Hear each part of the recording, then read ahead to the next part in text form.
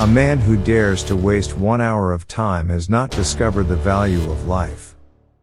The love for all living creatures is the most noble attribute of man. If the misery of the poor be caused not by the laws of nature, but by our institutions, great is our sin. The mystery of the beginning of all things is insoluble by us, and I for one must be content to remain an agnostic. I am not apt to follow blindly the lead of other men. The highest possible stage in moral culture is when we recognize that we ought to control our thoughts. We stop looking for monsters under our bed when we realize that they were inside us. Intelligence is based on how efficient a species became at doing the things they need to survive. Blushing is the most peculiar and most human of all expressions. We must, however, acknowledge, as it seems to me, that man with all his noble qualities still bears in his bodily frame the indelible stamp of his lowly origin. Great is the power of steady misrepresentation. Besides love and sympathy, animals exhibit other qualities connected with the social instincts which in us would be called moral. Man selects only for his own good, nature only for that of the being which she tends. Nothing is easier than to admit in words the truth of the universal struggle for life, or more difficult, at least I have found it so, than constantly to bear this conclusion in mind. I see no good reasons why the views given in this volume should shock the religious views of anyone. Freedom of thought is best promoted by the gradual illumination of men's minds which follows from the advance of science. I am not the least afraid to die. It is not the strongest of the species that survives, not the most intelligent that survives. It is the one that is the most adaptable to change. It is always advisable to perceive clearly our ignorance. To kill an error is as good a service as, and sometimes even better than, the establishing of a new truth or fact.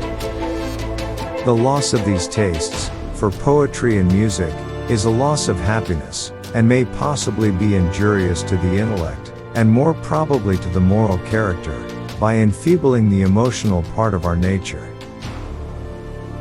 Natural selection almost inevitably causes much extinction of the less improved forms of life and induces what I have called divergence of character. The very essence of instinct is that it's followed independently of reason. We are always slow in admitting any great change of which we do not see the intermediate steps. A scientific man ought to have no wishes, no affections, a mere heart of stone. Only picture to yourself a nice soft wife on a sofa with good fire, and books and music. We will now discuss in a little more detail the struggle for existence. Often a cold shudder has run through me, and I have asked myself whether I may have not devoted myself to a fantasy. One hand has surely worked throughout the universe. A fair result can be obtained only by fully stating and balancing the facts and arguments on both sides of each question. Such simple instincts as bees making a beehive could be sufficient to overthrow my whole theory. Light will be thrown on the origin of man and his history. I am convinced that natural selection has been the main but not exclusive means of modification. Whilst man, however well behaved, at best is but a monkey shaved. But I am very poorly today and very stupid, and I hate everybody and everything. One lives only to make blunders. I hope that I may be excused for entering on these personal details, as I give them to show that I have not been hasty in coming to a decision.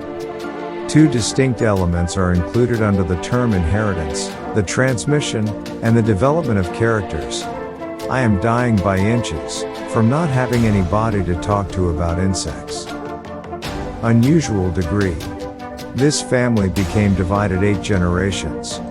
Man in his arrogance thinks himself a great work, worthy of the interposition of a deity. More humble, and I believe truer, to consider him created from animals. If any man wants to gain a good opinion of his fellow men, he ought to do what I am doing, pester them with letters. This preservation of favorable variations and the rejection of injurious variations, I call natural selection. Nevertheless, it is probable that the hearing rather early in life such views maintained and praised may have favored my upholding them under a different form in my Origin of Species.